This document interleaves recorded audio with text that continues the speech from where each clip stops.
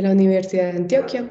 El día de hoy vamos a hablar de infecciones urológicas en el servicio de urgencias y agradezco al doctor Francisco Caro, es especialista de urología de la Universidad de Antioquia y actual urólogo, del Hospital Alma Mater, Hospital General y la Clínica Prado.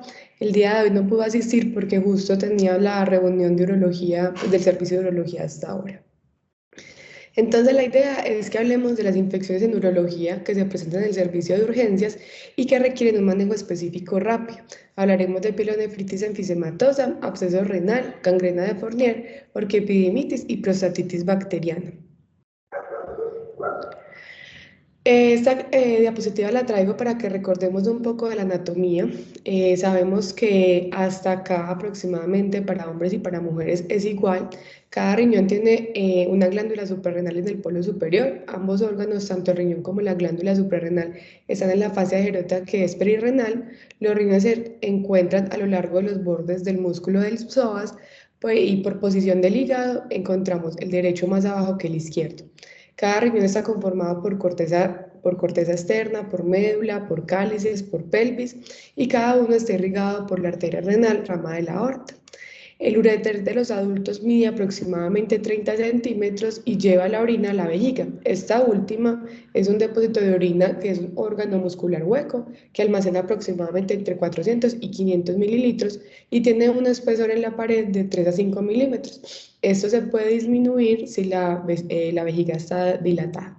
Ya en las mujeres entonces sale la uretra y posterior está el meato urinario y en los hombres en la salida de la vejiga encontramos la próstata, que es una glándula que pesa aproximadamente 20 gramos.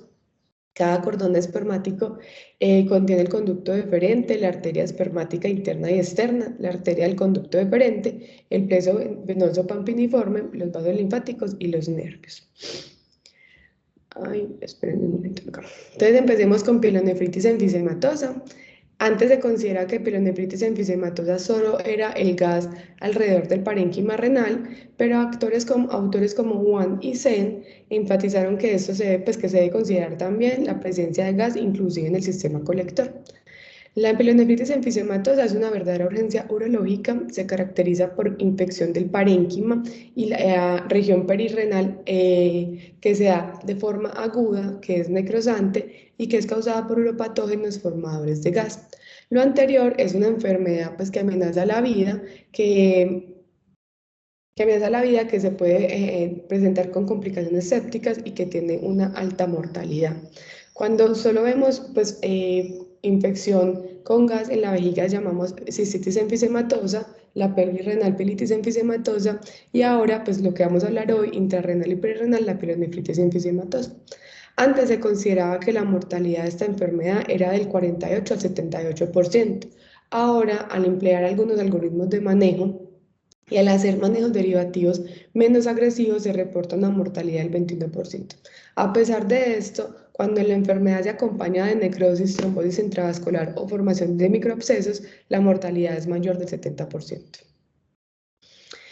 Esta es una entidad que es poco común, por lo que se desconoce claramente la epidemiología. El 85% de los pacientes son asociados, pues tienen asociado una diabetes mellitus, de los cuales el 95% tienen un mal control de los niveles de glucosa.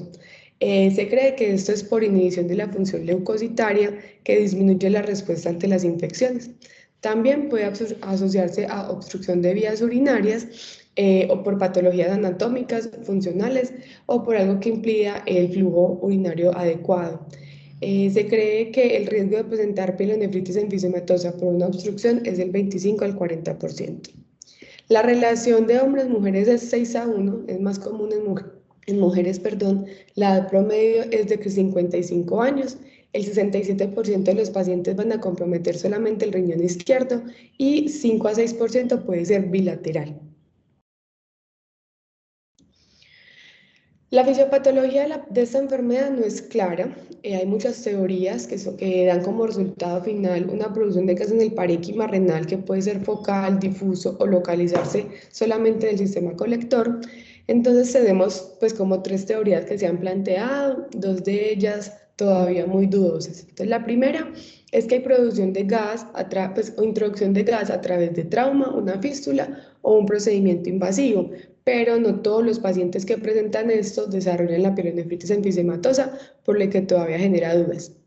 La segunda que todavía genera dudas es la producción de gas por el tejido necrótico, que es resultante de un proceso infeccioso e inflamatorio que se asocia a destrucción del parénquima y que favorece, pues, como la expansión de gas asociada a un aporte vascular inadecuado.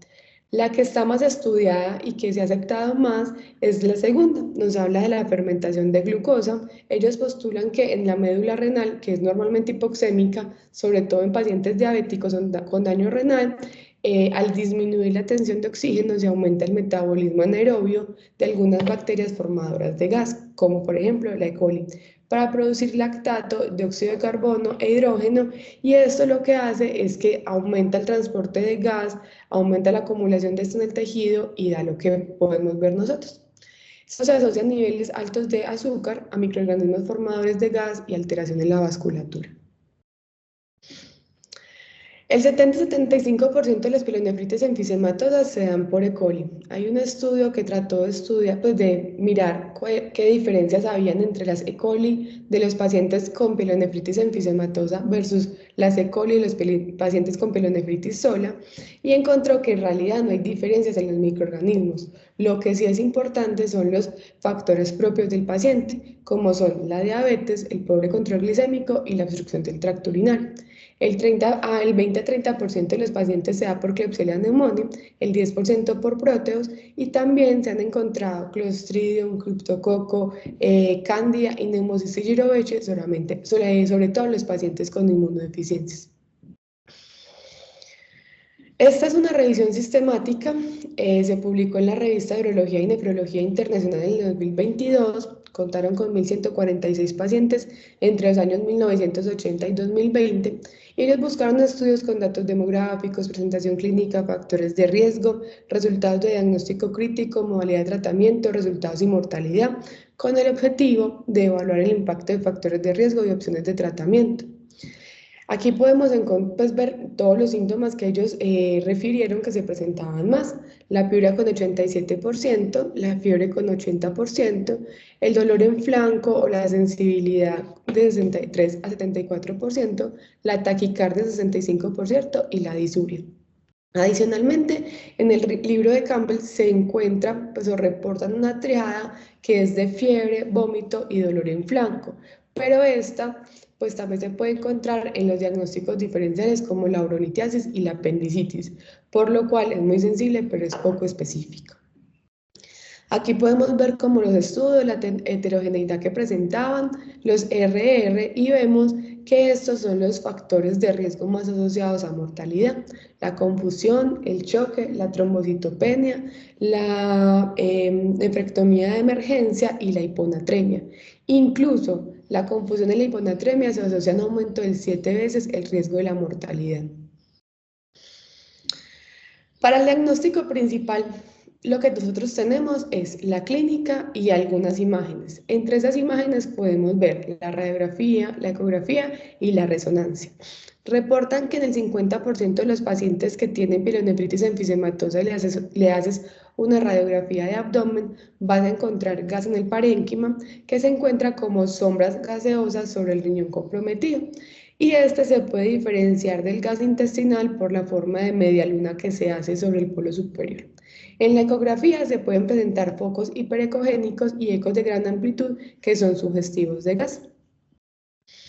El estudio ideal en la imagen de elección es la tomografía, porque nos permite hacer diagnóstico, extensión y además nos permite descartar obstrucción, que sería como una de las etiologías principales.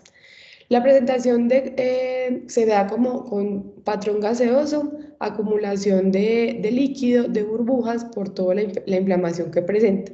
Y la clasificación de WAN, esto salió de un artículo que se presentó por allá en el 2000, pero todavía persiste la clasificación. Entonces, WAN 1 es la presencia de gas en el sistema colector del riñón. UAN2 es la presencia de gas en el parénquima renal, UAN3 en el espacio perirrenal, UAN3B, perdón, pararrenal, y el 4 es cuando se presenta en ambos riñones o en un riñón único. ¿Por qué es importante esa clasificación? Y aquí me disculpo por esta gráfica, pero literalmente así está en el artículo original. Entonces, esta lo que nos permite es mirar qué tipo de tratamiento vamos a hacerle. Si vamos a hacerle con antibiótico y drenaje o si definitivamente nuestro paciente requiere nefrectomía. El tratamiento que se propone entonces es antibiótico intravenoso empírico. En todas partes se reporta las fluoroquinolonas como la primera elección. Ya vamos a ver por qué recomendamos utilizar aquí piperacilina, tazobactam o Astreonam. También drenaje percutáneo de los abscesos, corrección de la obstrucción, control de la glucosa y las medidas de soporte. Entonces, vemos que a pesar de que las fluoroquinolonas son el antibiótico de elección para el tracto urinario, según todos los artículos y todas las revisiones, nosotros debemos recordar que el tratamiento empírico se debe hacer de acuerdo a nuestro perfil de resistencia. Por eso traigo pues como esta gráfica que reportó el grupo Germen para la E. coli, que es el principal microorganismo, y para pacientes fuera de la UCI, donde la ciprofloxacina tiene una sensibilidad por debajo de 75, por lo cual no se recomienda para usarlo como manejo empírico. Se debería hacer pues por urocultivo guiado.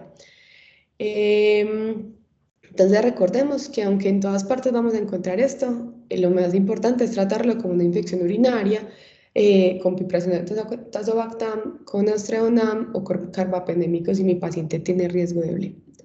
Para llevar a casa de la pielonefritis enfisematosa, entonces la ecografía es una ayuda muy importante para nosotros, nos permite hacer diagnóstico y seguimiento, no nos ayuda a evaluar la extensión, pero sí nos ayuda a evaluar las colecciones residuales antes de que se retire el dren. Todos los pacientes requieren antibiótico y drenaje, y el drenaje va a depender de la clasificación. Si tiene aire en el sistema colector, requiere nefrectomía. Si tiene aire por fuera del sistema colector, nefrectomía más drenaje percutáneo. Y recortar los factores de riesgo que son confusión, choque, trombocitopenia, diabetes, cálculos, sepsis, lesión renal e hiponatremia. Ahora hablemos de los abscesos renales. Entonces, estos son una colección purulenta confinada al parénquima renal que se encuentra por infecciones ascendentes o por diseminación hematógena. Por diseminación hematógena principalmente Staphylococcus aureus y por ascendente principalmente la E. coli. 25 a 39% son intrarrenales, 19 a 25 intra y perirrenales, 42 a 51 perirrenales, y cuando encontramos múltiples abscesos corticales debemos pensar que es una diseminación de hematógena. Los abscesos renales se presentan principalmente en pacientes con enfermedad renal o con obstrucción urinaria, también con diabetes, sigue siendo uno de los factores de riesgo más importantes. Entonces se asocia a anomalías del tracto urinario que incluyen nefrolitiasis, cálculos coraliformes, vejiga neurogénica, vejiga, reflujo vesicoureteral, tumor obstructivo, necrosis papilar y enfermedad poliquística renal.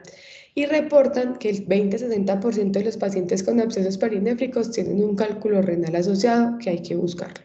La incidencia cambia si el paciente es diabético, pues si la población es diabética o no diabética. Para diabéticos es 4.6 por 10.000 habitantes año, para no diabéticos es 1.1, miren que es mucha la diferencia. En cuanto a la clínica, debemos sospechar los abscesos en todo paciente que yo le estoy tratando una infección urinaria, ya está el tratamiento guiado, o tiene una infección sistémica y ya tiene tratamiento guiado, pero el paciente persiste con fiebre más de 4 a 5 días a pesar de este manejo, se asocia a dolor en ángulo costovertebral, hipotensión, insuficiencia renal y leucocitosis. El uroanálisis en estos pacientes puede presentar piuria, proteinuria, pero si el absceso es perinéfrico, incluso estos resultados pueden ser normales. Y aquí volvemos a lo mismo, son uropatógenos, principalmente coli, Klebsiella, Proteus, y si hay Staphylococcus aureus, pensar en vía hematógena. Entonces los abscesos uno los puede mirar tanto por ecografía como por tomografía. Idealmente se debería hacer el diagnóstico por ecografía, pero si la alta sospecha está y está negativa, debo confirmarlo con una TAC. En la ecografía vamos a ver separación de la orina y del el pus por las densidades. Obviamente la orina tiene baja densidad y aparece una área hipoecoica bien definida que se encuentra dentro de la corteza o el parénquima córtico-medular que muestra ecos internos y que también muestra un riñón hipoecoico por inflamación. En la TAC, entonces, es el más preciso, es la modalidad más precisa para el diagnóstico y seguimiento, y aparece también una masa bien definida, de baja atenuación, con una pared o una pseudocápsula, y que lo mejor es hacerla con una exploración con contraste. El tratamiento entonces es hacer un diagnóstico rápido, hacer un cultivo para que guiemos el tratamiento por el urocultivo con el antibiograma, un tratamiento efectivo precoz por antibiótico por 14 a 21 días, el mismo tratamiento que ya hablamos en pielonefritis enfisematosa y drenaje. En algunos artículos reportaban que el drenaje se hacía si el absceso era mayor de 5 centímetros, pero hablando con un asesor, él me dice, lo mejor es drenarla a todo el mundo. Obviamente, si yo no le quito el foco de la infección, por más antibiótico que le den, no se va a mejorar, entonces siempre deberían ser valorados por los radiólogos y que ya ellos definan, pues si ya está muy pequeño no se drena, pero tratar de drenarlos todos. Para llevar a la casa, entonces los abscesos renales hay que sospecharlos si los síntomas persisten a pesar de tratamiento específico con fiebre más de 4 a 5 días. El diagnóstico lo puedo hacer con ecografía. Si esta es negativa, yo tengo altas sospechas, debo confirmarlo por tomografía. Siempre que tenga un absceso, debo drenarlo y darle tratamiento antibiótico. Y al finalizar el tratamiento, debo hacer control ecográfico. La gangrena de Fournier, entonces esta sí que es una urgencia urológica, requiere una alta sospecha y un drenaje quirúrgico emergente. Es una forma rara y mortal de fascitis necrosante que se da en la región perineal y puede progresar por las capas superficiales al abdomen, generando una insuficiencia orgánica múltiple y un choque. Principalmente se presenta en hombres de mediana edad, entre 30 y 60 años, aunque es raro en mujeres, miren que se da solamente el 4 a 10% de todos los casos. Se asocia a una enfermedad más aguda, a doble riesgo de requerir ventilación mecánica, diálisis, mayor estancia hospitalaria y una alta tasa, pues mayor tasa de mortalidad. La incidencia para hombres es de 1.6 por 100.000 hombres año. La mortalidad es del 40%, pero puede ir hasta el 80% en caso de retraso en el diagnóstico y el tratamiento, por lo que el tiempo entre el diagnóstico y la intervención quirúrgica es el factor más importante. Principalmente es polimicrobiano, compromete pues como aerobios, anaerobios y hongos, y los factores de riesgo que más se han encontrado son la inmunosupresión por enfermedad por esteroides, la insuficiencia renal y la diabetes mal controlada. Aquí traigo esta pues como para que miremos las fascias por las cuales se comunica con el abdomen y por lo cual la enfermedad se extiende tan rápido, y esta imagen la traigo porque el testículo generalmente se conserva ya que tiene irrigación diferente que va junto al cordón espermático.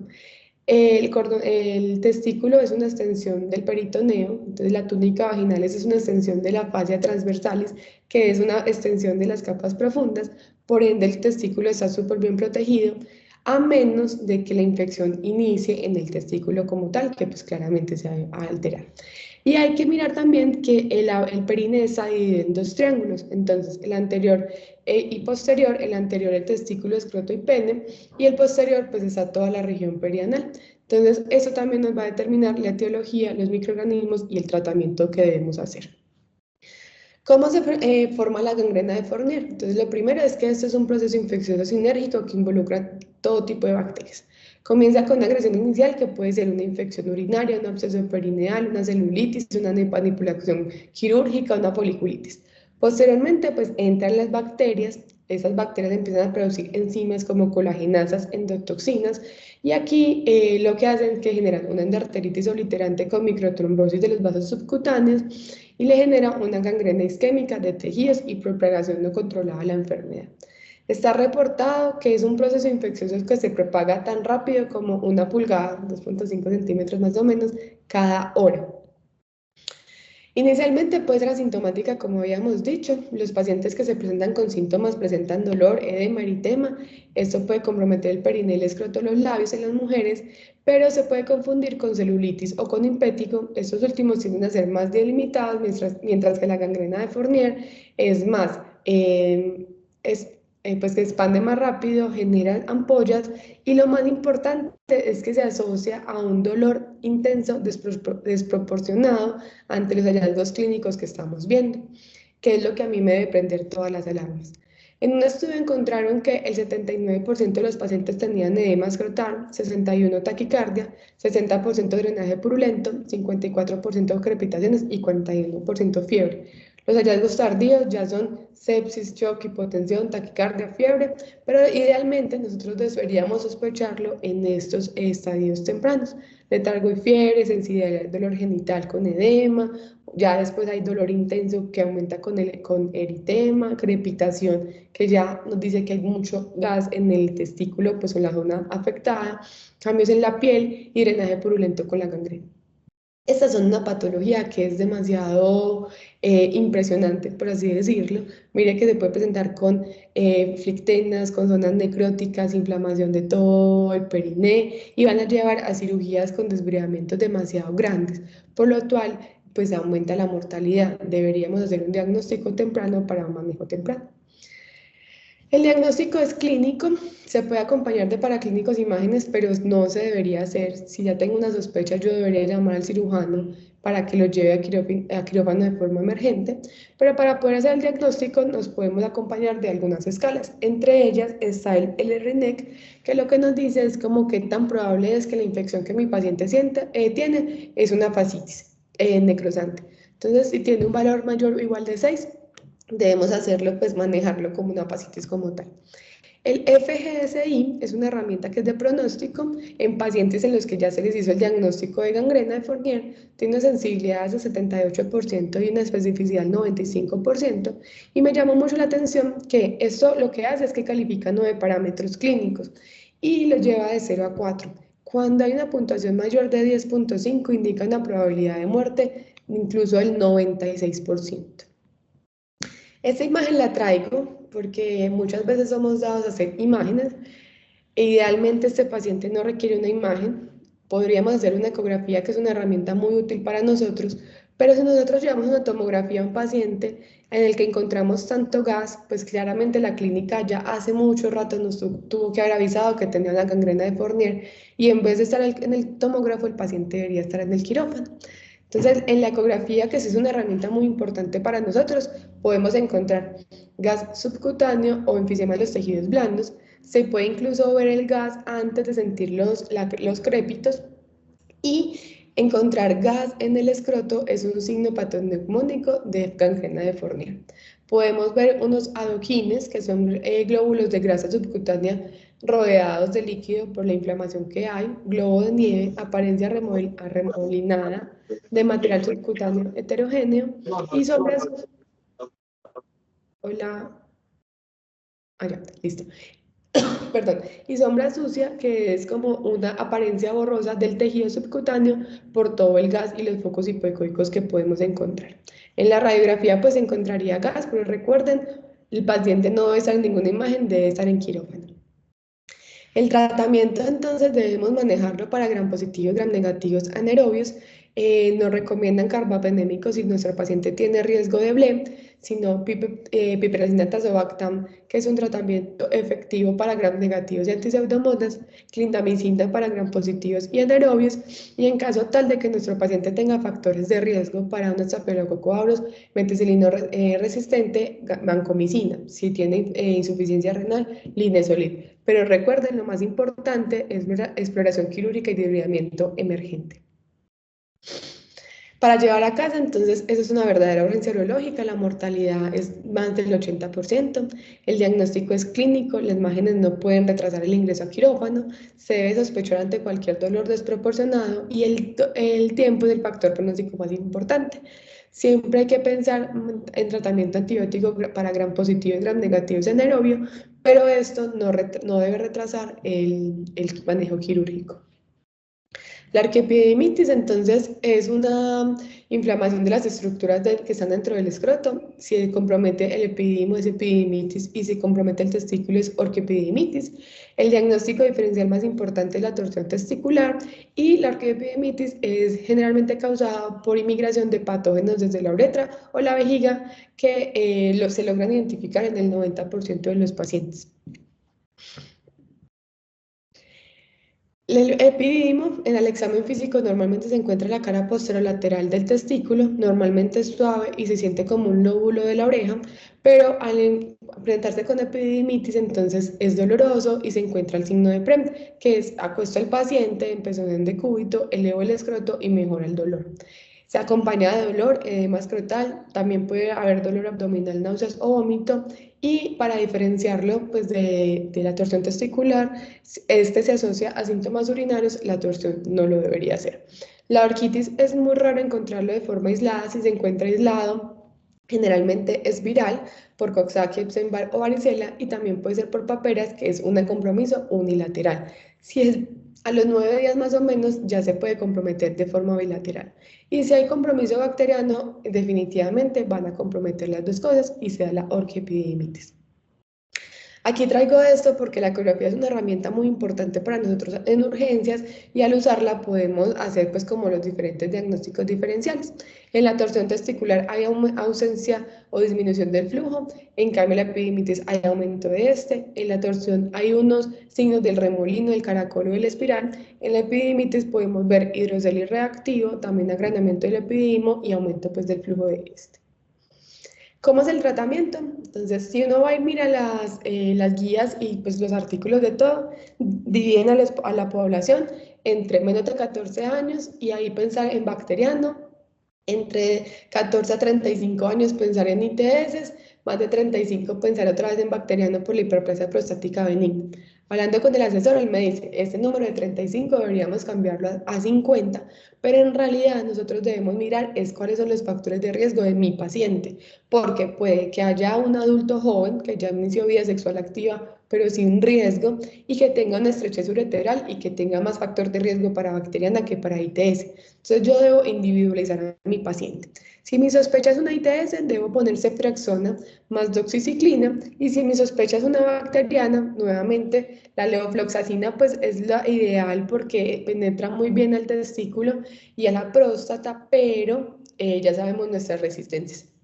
Si va a hacer manejo en el hospital piperacina, tazobactam o astreonam, y si ya va a hacer manejo oral, puedo darle las fluoroquinolonas. También hay que ponerle hielo, hay que elevar el testículo y hay que poner AINES. Entonces, la etiología depende más de la edad y más que de la edad de los factores de riesgo de mi paciente.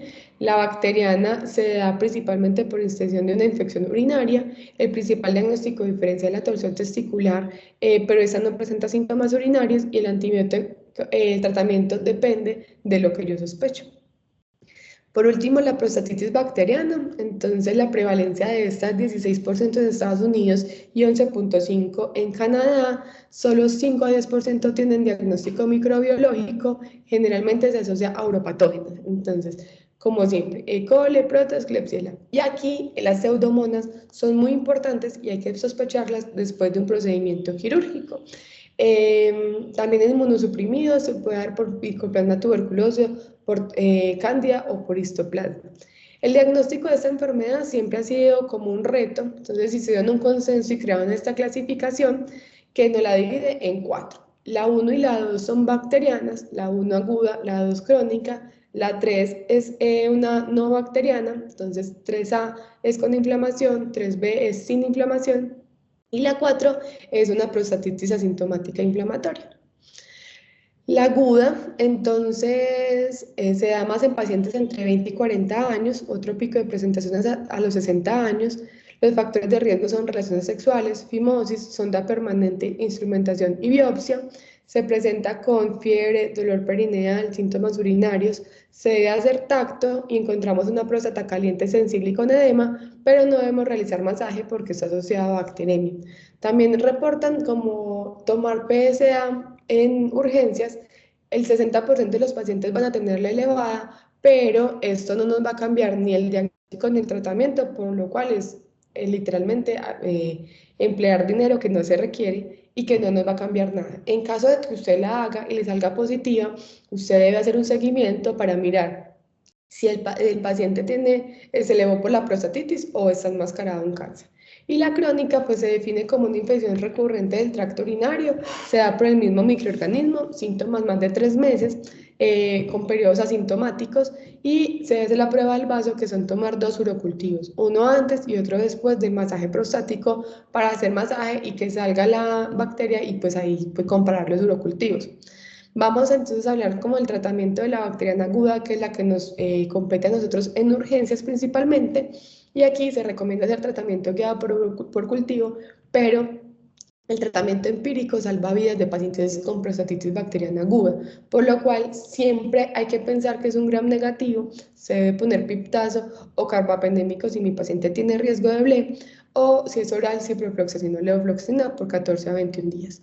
Los bloqueadores alfa se estudiaron inicialmente porque se asociaban casi todos a disfunción en la micción, pero también algunos ECAs, pues algunos ensayos clínicos aleatorizados han demostrado que disminuye tanto síntomas urinarios como mejora la calidad de vida y disminuye el dolor, por lo cual se recomienda. Antiinflamatorios, claramente, pues había un estudio que encontré que decía que el 80% más de probabilidad de tener respuesta favorable ante el dolor con placebo, pero pues esto es obvio, hay que ponerle análisis del dolor al paciente, esto duele. Y el 10% de los pacientes se van a presentar con retención urinaria. Aquí se recomienda hacer cateterismo suprapúbico, ya que se asocia a menor riesgo de realizar pues, desarrollar una prostatitis crónica. Y si el paciente no tiene mejoría a pesar del tratamiento, yo debo hacer una imagen porque debo sospechar un absceso prostático. En caso de encontrarlo, yo debo drenarlo guiado por ecografía transrectal. Para llevar a casa de la prostatitis bacteriana. Entonces, la prostatitis bacteriana aguda es una enfermedad que requiere antibiótico empírico de inicio rápido. Siempre se da por bacterias gram negativas, por lo que se debe dar tratamiento para estos. No se debe hacer masaje prostático, el urocultivo es la mitad del chorro para poder hacer el diagnóstico, que es el gol estándar. Y si no hay mejoría clínica, siempre se debe sospechar un absceso y siempre que yo sospecho un absceso, debo confirmarlo y drenarlo. Muchísimas gracias. Muy buena la exposición. Mientras van apareciendo las preguntas, este es un tema que normalmente uno le toca ver, pero quería preguntarte sobre la sensibilidad y especificidad del L-Rinec. ¿Realmente qué encontraste? ¿Es para todas las gangrenas? ¿Es solo para deformier? Porque uno siempre encuentra hallazgos muy variables de la capacidad de identificar como tal la patología, ¿cierto? Bueno, profe, lo que encontramos en realidad es que este es un estudio que se hizo para todas las fascitis necrosantes, ¿cierto? Y como la gangrena de Fournier es un tipo de fascitis necrosante, es la que se recomienda. La especificidad, ellos dicen que más o menos el 90%. Pero lo más importante pues aquí es como que si usted, eso lo que nos dice es qué tan probable es que el paciente que usted está viendo con una infección tenga una fascitis necrosante. Entonces, aunque la sensibilidad puede ser baja, no, la sensibilidad puede ser alta, que la reportaban como un 80%, uno debe tratarlos a todos ante la sospecha de fascitis necrosante, aunque pues la sensibilidad y la especificidad pueda cambiar y se debe hacer para todas las fascitis necrosantes, que la gangrena es un tipo de estas.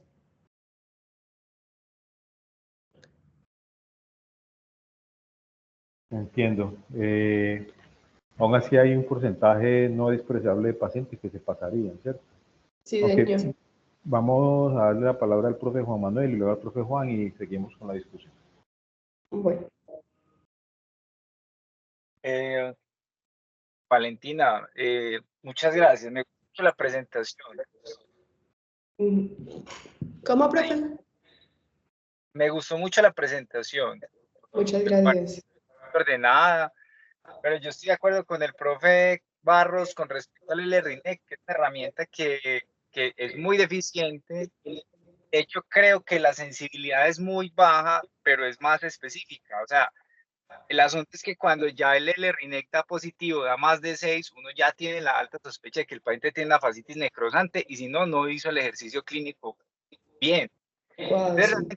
como herramienta es muy limitada y ayuda es como a soportar esa decisión clínica que nosotros ya tomamos, o al menos a mí me ha pasado así, tanto con ganglios de Fournier como con otro tipo de fascitis necrosantes.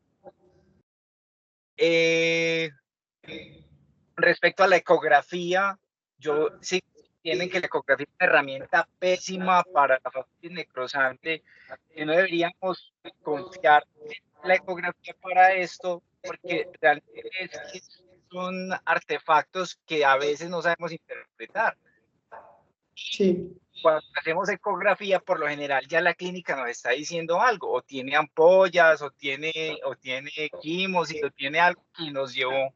Ya tenemos que estar pensando es en empezar al cirujano. Si quisiéramos pedir una herramienta, la tomografía tampoco es la mejor. En ese caso, por ejemplo, en algunos sitios, cuando se ha tenido la alta duda, pues, si la cirugía es muy riesgosa, nos hemos apoyado en la resonancia magnética, porque definitivamente es la herramienta que tiene mejor rendimiento para el diagnóstico de la fascitis. No siempre está disponible, claramente, y a veces no la tenemos como para urgencias, pero la tomografía también es mala. Entonces ahí tenemos que el típico efectivo se hace por cirugía y que solamente vamos a utilizar estas ayudas diagnósticas en caso de que exista una gran duda y el paciente tenga un altísimo riesgo quirúrgico, por ejemplo. Yo tengo dos preguntas, Valentina. Una es con respecto a la sensibilidad de la E. coli. Ese dato del grupo Germen, ¿de qué año es? Profe, ya lo voy a poner acá. Del 2020, el 2020. Listo. Entonces, existen dos cosas, y es que hace rato que no actualizan eso. La Una, última, la 2020. ciprofloxacina, hace mucho rato que no lo actualizan. Es probable que la ciprofloxacina siga siendo un mal medicamento para tratamiento empírico. ¿Qué opinas del trimetoprim-sulfa, por ejemplo, en infecciones no complicadas? Profe, pues si uno lo mira acá, también la resistencia para eso, pues la sensibilidad es incluso menor que el cipro. Y pues hablando, eso sí lo discutí con mi asesor porque en todas partes dicen levo, ¿cierto? Levofloxacina, levofloxacina. Entonces yo lo había puesto y me dicen, no, aquí normalmente lo tratamos como una infección urinaria con piptazo o con pues todas las otras herramientas que tenemos, pero ciprofloxacina que es lo que recomiendan ellos y lo recomiendan en realidad porque entra casi que el 100% a próstata y a testículo y pues ahí se extrapola eso a todo el tracto urinario. Entonces, no se debe usar por esta sensibilidad, a menos de que el urocultivo me lo reporte sensible, y el trimetoprim incluso tiene menos.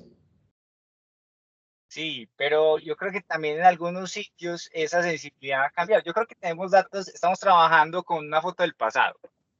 No sé cómo estaremos ahora, pero hace mucho rato que no utilizamos esos dos medicamentos de forma empírica y el trimetoprim es uno de esos medicamentos que gana sensibilidad cuando se deja de usar con el tiempo. Incluso eso lo pregunté también con un infectólogo, porque me queda como la duda y me dice que en realidad lo que ellos recomiendan en este momento es, si es hospitalario, piptazo, astreonam, incluso pues carbapenémico si el paciente tiene riesgo de BLE, y si no, pues si es manejo ambulatorio y es ya guiado por urocultivo, las fluoroquinolonas por encima del trimetoprim. Listo, no, me gusta esa respuesta. La otra pregunta es, ¿qué opinas de los pacientes que tengan infección no grave, simplemente esperar el urocultivo y no empezar un tratamiento empírico? Analgesia y esperamos el cultivo. Para la pielonefritis enfisемatosa. No, para la pielonefritis enfisемatosa. Estoy hablando de infecciones urinarias no complicadas. Yo sé que hablaste de las infecciones graves, críticas, paciente crítico, pero la Ok. mayoría de infecciones urinarias no son así. De hecho, la pielonefritis enfisematosa es una infección más bien rara. Sí, es muy raro en realidad. Profe, pues la verdad es que uno debería tomar pues urocultivo al inicio de los síntomas y siempre guiar el tratamiento con este. En caso tal de que el paciente esté estable, pues, y si es una pielonefritis, yo le pondría antibiótico y lo guiaría con el urocultivo. Si ya es algo bajo, pues no, yo le daría un tratamiento empírico en realidad a todos, pero lo guiaría con urocultivo siempre y siempre tomar urocultivo antes de la exposición al antibiótico. Yo he visto en muchas ocasiones y de hecho personas con mucha experiencia, infecciones urinarias bajas, simplemente les inician analgesia, no les inician antibiótico, esperan el urocultivo y cuando tienen el urocultivo dan tratamiento. No me parece descabellado. Con respecto a la pielonefritis enfisematosa, yo creo que es que como es una infección tan grave, la mayoría terminan en cirugía, o al menos los que yo he visto casi siempre terminan en cirugía, drenaje o nefrectomía incluso. Ajá. Bueno, Valentina, muchas gracias. Qué pena Listo. haberme demorado con las preguntas. Profe, con respecto a eso que usted me acaba de decir en la rotación de infectología, discutimos como si se debería tomar urocultivo a todos o no. Ellos nos decían que si es una infección urinaria baja, pues que se puede manejar de forma empírica, si es baja y el paciente está estable, que no hay que hacer urocultivo para esto, porque incluso pues eso puede llevar a otros resultados que me van a llevar a otro tratamiento o no. Que si ya es alta, ahí sí siempre hay que tomar urocultivo, pero que si es baja, el paciente está estable, uno podría darle manejo empírico y ya, sin urocultivo de control, sin nada de control. No, pero no estoy hablando de urocultivo de control, estoy hablando de urocultivo diagnóstico. ¿O me equivoqué? No sé. Dijiste urocultivo de control. Es de No entendí. diagnóstico, si es diagnóstico, listo. Entonces, pero igual nos decían como, si usted tiene un paciente muy estable, no requiere estar en los servicios de urgencias, usted le puede dar el tratamiento de forma empírica y pues Y y lo pide ya. el diagnóstico. Ah, ok, listo. Pues, eso es lo que te estoy entendiendo. Sí, profe, qué pena. Bueno, listo, no, me parece una recomendación,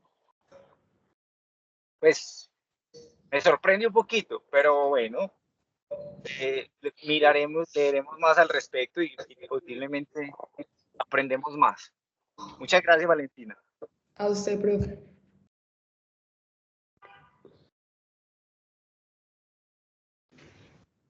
El profesor Juan Arango. Se me había hundido inadvertidamente para levantar la mano, pero con la intervención del doctor Juan Manuel me surgió una pregunta y es la siguiente. Es decir, yo creo, puedo estar equivocado, pero el valor predictivo negativo del GRAM es del 97%. ¿Qué pensaría uno en donde encuentra un paciente con un GRAM negativo y que tiene 10 leucocitos en el sedimento y que previamente no ha sido tratado con ningún tipo de antibiótico? Y lo segundo es felicitarla por en la manera que manejó el tiempo, por la propiedad, por realmente ser tan clara en la posición y con tanta seguridad. Muchas gracias. Muchas gracias, profe. Pues sí, la sensibilidad que uno puede encontrar en el GRAM y en el GRAM específicamente puede ser baja, pero hay que recordar que los pacientes los debemos tratar es por la clínica y es el que hace principalmente el diagnóstico, sobre todo las infecciones bajas. En las altas y todas pues como complicadas que presenté hoy, se hacen más con urocultivo, con clínica y con imágenes en algunas, y ya como vimos en la gangrena de Fournier, pues ahí sí ya, ahí no, eso no nos corresponde hacerle este tipo de exámenes, pero siempre debemos guiarlo. Es más, si mi paciente tiene síntomas claros de infección urinaria baja, a pesar de que el GRAM sea negativo, yo debería hacerle tratamiento.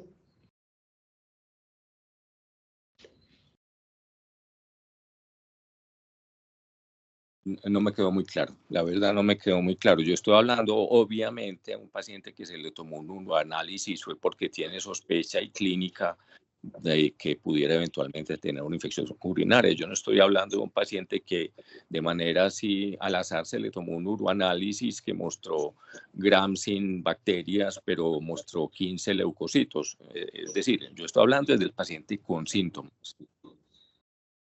Ok, profe. Pero entonces, a pesar de que la sensibilidad de este, como usted ya lo dijo, puede no ser la adecuada, si yo tengo un paciente, pues yo no debería negarle el tratamiento al paciente si tiene síntomas y tiene un gram negativo.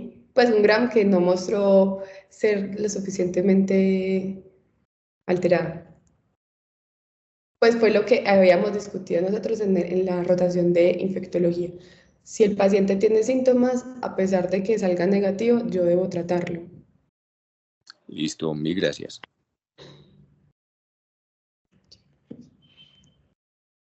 Gracias, profe. El doctor Daniel Escobar. Valen, ¿se escucha ahí? Sí, señor. Listo. Vale, muchas gracias por la charla. Me adhiero pues a lo que decía pues el profe Arango, que de verdad pues lo del manejo del tiempo fue una de las cosas pues como más importantes a destacar ahí, y la verdad pues fue como muy amena de escuchar. Me parece como importante también lo que estaba mencionando el profe Robledo hace un momento sobre las posibilidades del retraso pues del inicio de la terapia antimicrobiana, porque eso sí tiene pues digamos como sus estudios. Imagino que también por eso lo saca como a colación, de que hay varias ocasiones en las que los pacientes pues no tienen ningún factor de riesgo, tú estuviste mencionando previamente, no están muy sintomáticos, que podrían ser como dos de las características, digamos, como grandes que se tuvieron en cuenta en esos estudios, para poder, digamos, retrasar el inicio de la antibiótico-terapia cuando ya se tuviese un urocultivo, o incluso la posibilidad, y que existía pues como ese tipo de manejo, aunque realmente poco lo hacemos, de que en vez de utilizar terapia antimicrobiana se utilice inicialmente analgesia y se mira al paciente cómo va respondiendo. ¿Esto por qué? Porque sí se había encontrado inicialmente pues que esos pacientes que uno no les empezaba la terapia antimicrobiana, sino que solamente empezaba con terapia analgésica, con antiinflamatorios, tenían, digamos, como una resolución de los síntomas en gran parte de los pacientes, incluso pues, llegando casi hasta los 2/3 antes de la semana. El problema con eso, ¿cuál es? Que de igual forma existe el riesgo de que esas infecciones, digamos, como asciendan, como tú lo mencionabas, y ya se conviertan en una pielonefritis, y ya pues digamos va a tener las complicaciones relacionadas con la misma. Eso en el caso pues de los que uno no les pone el antibiótico digamos como en ningún momento y los deja solamente con el antiinflamatorio, que eso tiene como 2 o 3 estudios. El que sí se espera, sí se encuentra que el paciente pues puede durar un poquito más de tiempo, un poco sintomático, pero de igual forma pues recibe una terapia pues como más dirigida, y que en últimas pues no se veía como tanto índice de complicaciones relacionadas. Aunque también hay que recordar pues que esa parte del paso de cistitis a pielonefritis tampoco es que sea una cosa de que si uno no lo trata en todos los 5 días la tiene. Realmente la posibilidad tampoco es que sea pues muy alta. Puede quedarse e incluso resolver solo, pero no pues por eso se va a quedar uno digamos tranquilo todo el tiempo de que no se lo va a poner a nadie. Realmente eran pacientes muy seleccionados, jóvenes, sin ningún factor de riesgo y no muy sintomáticos. Y nuevamente, Valen, muchas gracias. Bueno, gracias a ti, Dani.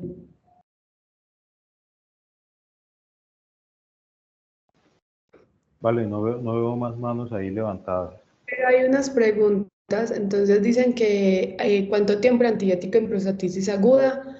14 a 21 días, idealmente 21 días pues para cubrir todo, y porque sabemos que depende, no todos los antibióticos entran adecuadamente a la próstata, que es un medio más ácido, entonces 21 días.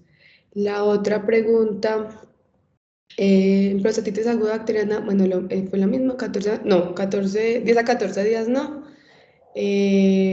21 días y hacerle seguimiento, y en la crónica incluso se puede requerir hasta 4 a 6 semanas de tratamiento. Bueno, y si se recomienda solicitar ecografía para todos los pacientes en orquiepididimitis, entonces no se debe hacer para todos. En caso de que haya pues como sospecha de un diagnóstico diferencial, se debe confirmar, y ante la clínica uno debería, pues porque es más doloroso, rojo, tiene factores de riesgo o algo, hacerle tratamiento dirigido.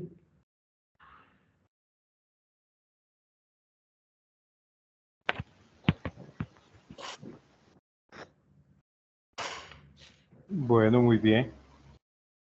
El profe Juan Manuel volvió a levantar la mano. Juanma. Sí, es que no sé si lo mencionó, porque hubo un momento en que estuve desconectado pero yo sí quisiera saber cuál es la recomendación o en qué casos tenemos que hacer ecografía de vías urinarias ante la sospecha de pielonefritis o en todos los casos. ¿En qué casos hay que hacer ecografía de...? No en todos los casos se debe hacer para pielonefritis enfisema. Toda fue la que me preguntó el profe, ¿cierto? Profe, qué pena, no lo escucho. Pielonefritis común y silvestre, ¿cuándo hacemos ecografía? Ah, ok. Pues para el diagnóstico no, la verdad y sí, profe, me corcha, porque para la normal no leí cuál es la indicación clara de ecografía. Porque eso es una de las cosas que vemos todos los días en la clínica. Todo paciente que tiene puñopercusión positiva y síntomas urinarios y un uroanálisis feo, le estamos pidiendo ecografía. Y pues no sé qué tan... Pues muchas ecografías dicen sí, tiene estriación grasa, o tiene aumento de la ecogenicidad, o disminución de la densidad del riñón, inflamación, etcétera. Pero muchas no muestran nada que sea para intervenir, y yo creo que la ecografía tiene que estar destinada a hacer una intervención diferente. Tiene que dar la duda, porque realmente yo tampoco si lo podemos averiguar, nos queda como pregunta para el grupo. Sí, profe, voy a buscar eso. Yo dentro de 8 días voy a exponer eso, les contaré. Listo. Gracias, Vero, por hacerme la tarea.